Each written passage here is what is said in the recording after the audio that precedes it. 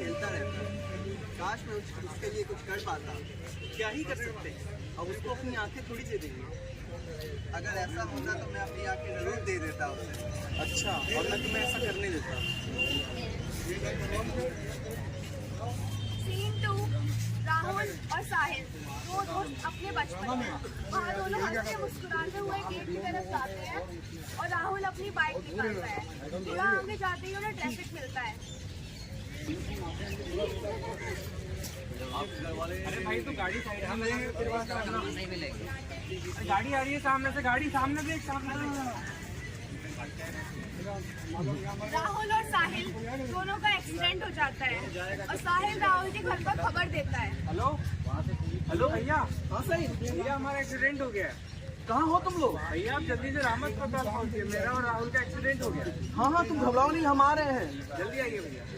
नंदिनी, नंदिनी, पापा, नंदिनी, क्या हो गया? मम्मी कहाँ है? मम्मी वो तो पूजा कर रही है, कुछ काम है क्या? नहीं पापा, वो साहिल और राहुल का एक्सीडेंट हो गया, हमें जल्दी रामा जाना होगा। क्या राहुल ने जाना तो नहीं रखते? अब मुझे क्या पता कितनी लगी है, वो तो वहाँ जाके देखेंगे ना। सबसे जल्दी चलो, अभी तुम्हारी मम्मी आएंगी तो 10 सवाल पूछेंगे। हाँ आप चलिए, मैं गाड़ी और पैसे लेके आता हूँ। सुनो, मम्मी को कुछ कहना मत, अगर कुछ पूछे तो कहना काम से गए हैं। अब राहुल जी का ख्याल रखिए, मैं घर का ख्याल रखती ठीक है।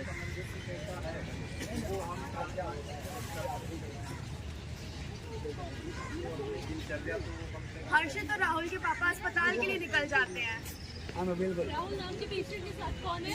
जी मैं हूँ, बताइए क्या हुआ, बताइए क्या हुआ। क्या लगता है आप राहुल के?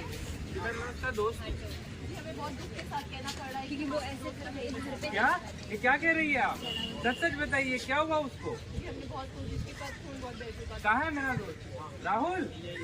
राहुल क्या हुआ भाई तुझे? आखिर बोल भैया, क्या कह रहे हैं डॉक्टर? राहुल को देखिए क्या हुआ इसे। भाई भाई उठ, भैया वो नहीं रहा। भाई उठ, भाई देखिए सब क्या कर रहे, भाई उठ ना, भैया संभालिए अपने आप को। भाई उठ। मनुष्य सुना गया नालायक, आज भी नहीं सुना, कभी नहीं सुनता। भैया संभालिए अपने आप को, पापा की तबीयत खराब हो रही है, देखिए। राहुल हमें छोड़ के चला गया।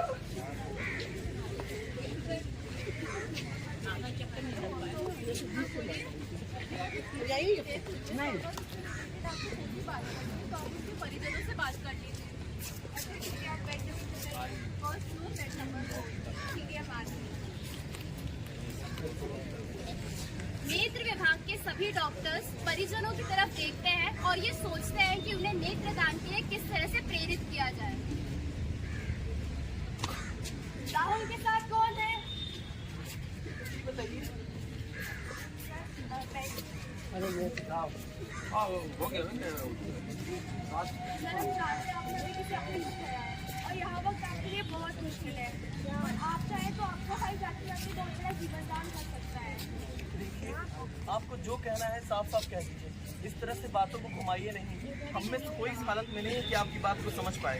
सर, आपके भाई तो चले गए लेकिन आप चाहें तो वो जाते जाते बहुत बड़ा जीवनदान कर सकते हैं। मतलब सर, नेत्रदान, नेत्रदान मतलब जीवनदान। सर, अगर आप चाहें अपने भाई का नेत्रदान करवा सकते हैं, इससे वह बहुत बड़ा पुण्य का काम करेंगे।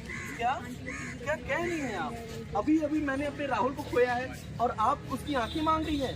क्या हम इतने गरीब हैं आपकी आपकी फीस नहीं जमा करा सकते? जी नहीं सर, आप मुझे गलत समझ रहे हैं। नेत्रदान में हम आपके भाई की पूरी आंखें नहीं लेंगे बल्कि आंखों के ऊपर की छोटी सी परत जिसको झल्ली या कॉर्निया बोलते हैं सिर्फ बाहर लेंगे और इससे आपके भाई की बॉडी या आंखों पर कोई निशान नहीं आएगा। लेकिन यह प्रक्रिया हमें व्यक्ति को 6 घंटे के भीतर कंप्लीट करनी पड़ेगी, तभी यह सफल रहेगा। तो क्या आप पूरी आंखें नहीं निकालेंगी? जी नहीं सर, हम पूरी आंखें नहीं निकालेंगे बल्कि आंखों के ऊपर की पतली सी परत जिसको झल्ली या कॉर्निया बोलते हैं सिर्फ बाहर निकालेंगे। और उन लोगों के बारे में सोचिए सर, जो लोग अपनी आंखें खो देते हैं, वह अपना आत्मविश्वास खो देते हैं, जिंदगी से हार मान लेते हैं, टूट जाते हैं। उनका जीवन बहुत कष्टनाक और दर्दनाक होता है। अगर आप चाहें तो आपके पास जाते हैं तो उन लोगों का जीवन अच्छा बना सकता है, एक पुण्य का काम करके जा सकते हैं। क्या सच में मेरे भाई की आंखों से कोई देख सकता है? जी सर। इसके लिए मैं अपने परिवार से बात करूंगा। जी सर, थैंक यू सर। पापा, हम क्या रह गया बेटा? आपसे एक बात करनी थी। आप तो राहुल को जानते ही हैं, वो कितना लोगों की मदद करने के लिए आगे रहता था। देखिए ना, जाते जाते भी वो अपना नेत्रदान करता जा रहा है। राहुल के पिता और राहुल के भाई बात कर ही रहे होते हैं, तभी राहुल की माँ और भाभी अस्पताल आ जाती हैं। हर्षित, राहुल कहाँ है? राहुल कहाँ है हर्षित? वो हमें छोड़ के चला गया माँ।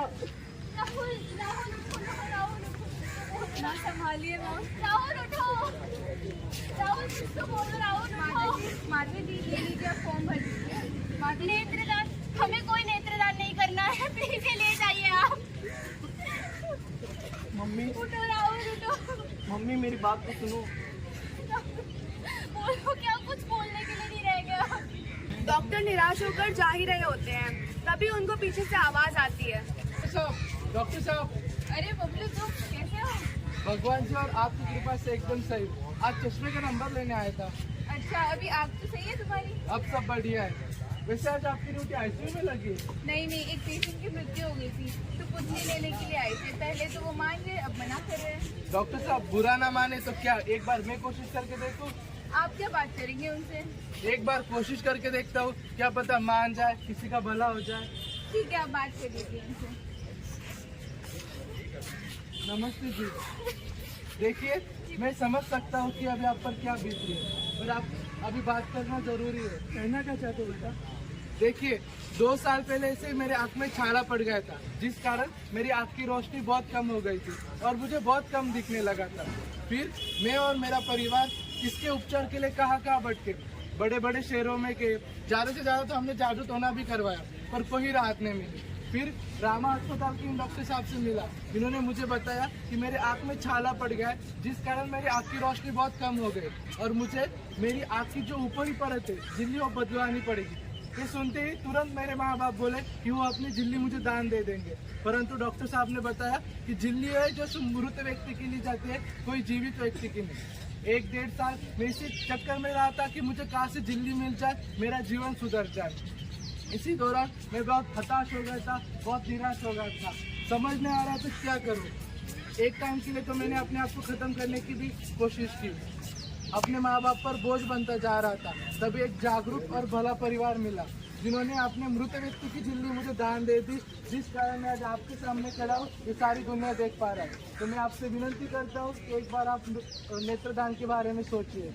फिर बेटा, मेरी बेटी की आत्मा को शांति कैसे मिलेगी अगर अगले जन्म में वो अंधा पैदा हुआ तो? देखिए माता जी, आपका बेटा तो चला गया, लेकिन वो जाते जाते बहुत बड़ा पुण्य का काम कर जाएगा। मम्मी, पापा, क्या हम राहुल की आखिरी इच्छा पूरी नहीं कर सकते? क्या हम अपने राहुल का नेत्रदान नहीं कर सकते? हाँ बेटा, हम नेत्रदान के लिए तैयार है। मेरा बेटा जाते जाते कईयों को रोशनी देता जाएगा। नेत्रदान ही जीवन